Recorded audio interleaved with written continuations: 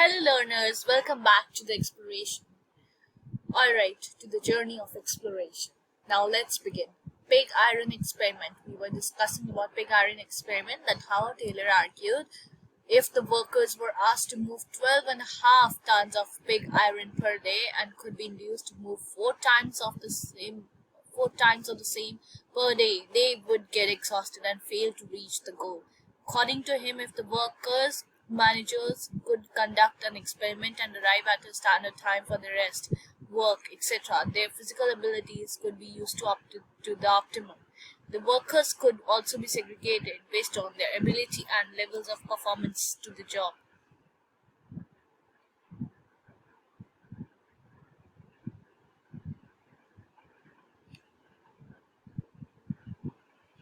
The science of shoveling. In another study, Taylor used the time studies again to determine the optimal weight that a worker should lift.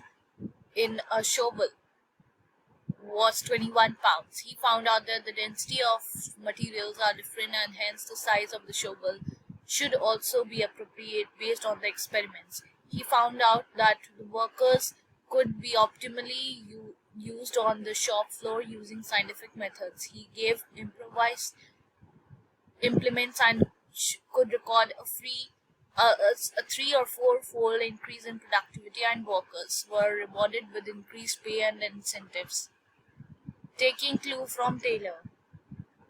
The Gilbert's bricklaying experiments also proved a significant increase in the number of motions required to lay the bricks. They used the motion picture technology to do these experiments. Contribution of scientific management. Taylor was interested in replacing the traditional management with scientific management by developing scientific principles through his experiments on people, machines, money, and material to see that both the employer and the workers benefited. He argued for optimum use of resources, both human and material, so that the firm can eliminate waste.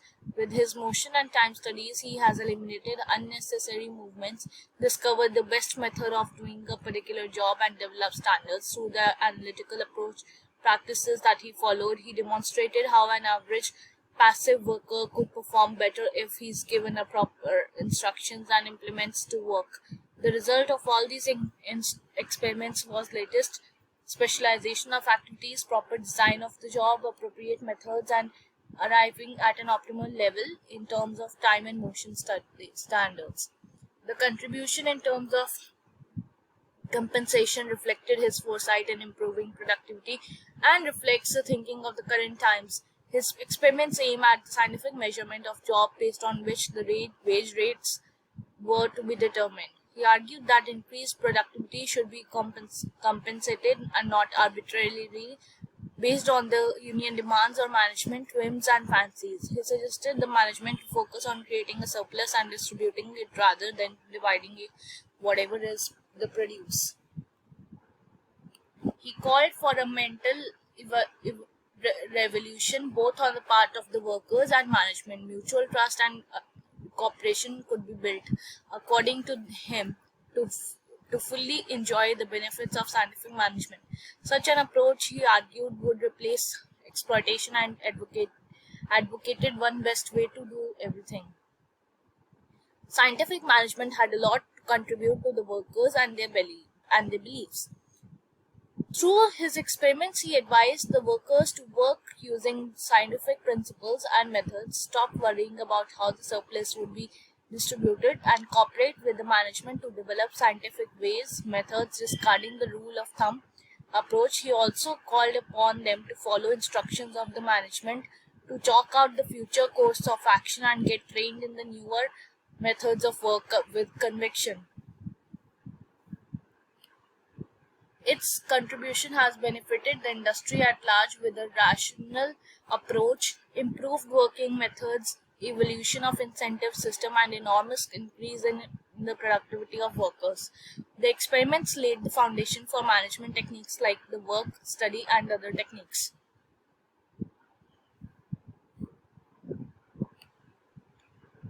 Criticism of scientific management. Scientific management focused on the stakeholders in the process of industrial management. Hence, it was criticized by the employers, workers, and leaders by insisting one best way of doing the work. Scientific management ignored the creativity and innovation of workers while on the job.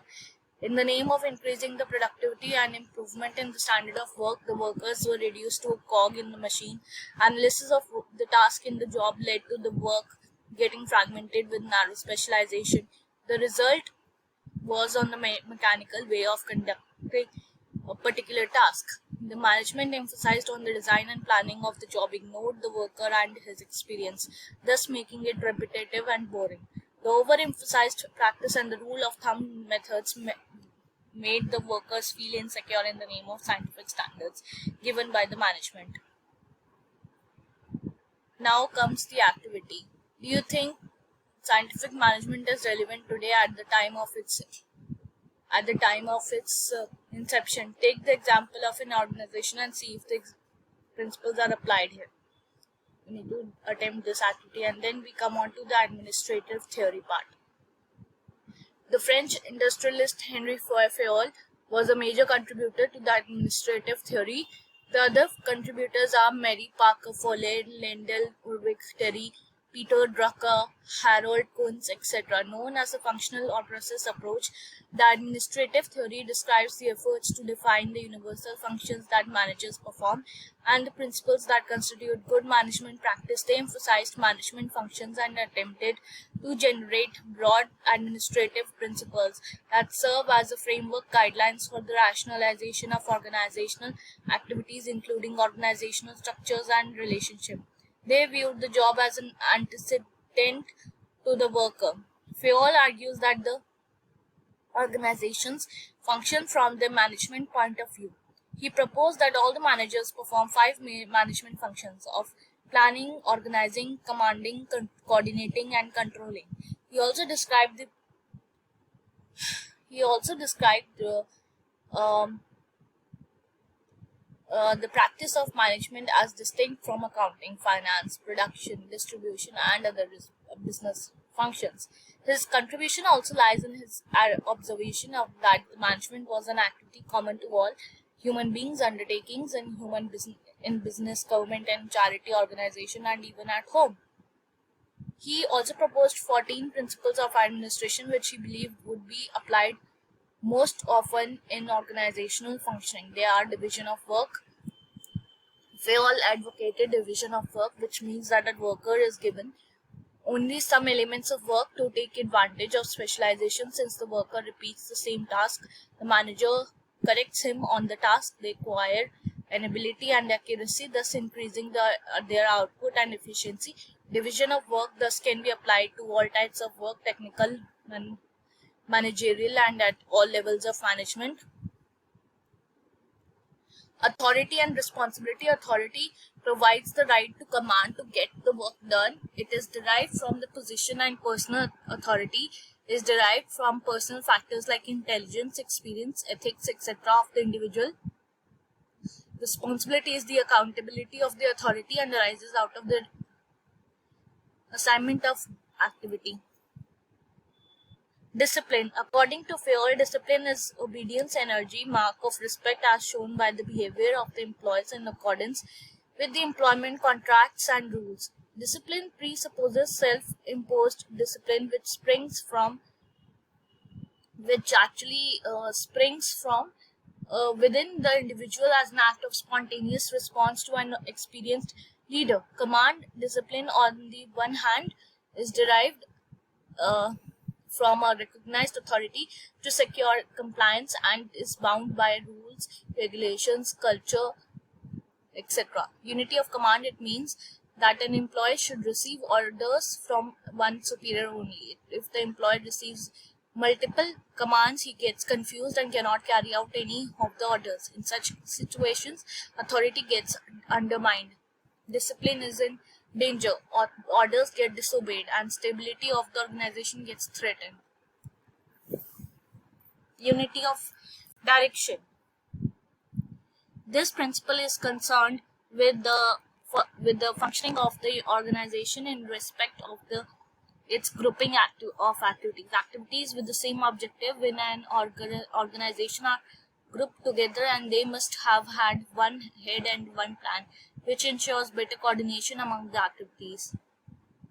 Subordination of individual interest to general interest. Individuals, as members of the organization, are bound by the organizational interest, and in case of a conflict between the two, individual interests should not prevail over that of the organization. Remuneration of personnel. The methods of payment and remuneration should be fair and should give satisfaction to both employer and the employee. Various systems of payment of wages are not considered of universal application, and none of them can be a perfect method, according to Fair. He also stressed that non-financial incentive system, which was not accepted as a matter of significance by the management. Centralization. Fair refers to this principle as the extent to which authority is concentrated or dispersed. A delicate balance of centralization of power and distribution of power should be used by the organization. The objective should be to utilize the talent ability available in the organization so that the authority and responsibility are retained by the management. Scalar chain. The line of authority from the top management to the lowest ranks represents the scalar chain. Communication flows. Through this chain only, it can be skipped only when it is detrimental to the organization. Fayol suggested gang plank for cross communication to prevent the scalar chain from preventing action. Order. Order refers to the arrangement of things and people, meaning that there is a place for everything and everything should be in place. In social order, there should be the right man in the right place. Equity. Equity is a combination of justice and kindness. If an organization demonstrates equity in treatment and behavior, the company is admired, liked by everyone, and ensures loyalty and devotion from subordinates. Equity also assures cordial relations between the management and the workers, thus leading to organizational health. Stability of tenure. Stability of tenure is reasonable. Security of jobs. Turnover is both the cause and effect of inefficient management. Fayol considers that it is much better to have an average or mediocre manager than extraordinary managers who move rapidly in and out of the function. Initiative within the limits of authority and discipline increases the zeal and energy of the human element. Fayol describes initiative as one of the satisfaction for an intelligent man to experience. Management should encourage their employees to take initiative to turn out the best work with the maximum versatility. Initiative should also be encouraged so that it can be integrated into the planning process in the organization. Esprit de corps. Esprit de corps denotes team spirit and union in strength. Union is strength. It encourages the spirit and devotion that is required to ensure group harmony. Fayol underscores the need for harmonious relation among the people, as it is the best source of strength, stability, stature, and reputation depend on the harmonious relations among the employees. In the next session, we are going to cover activity number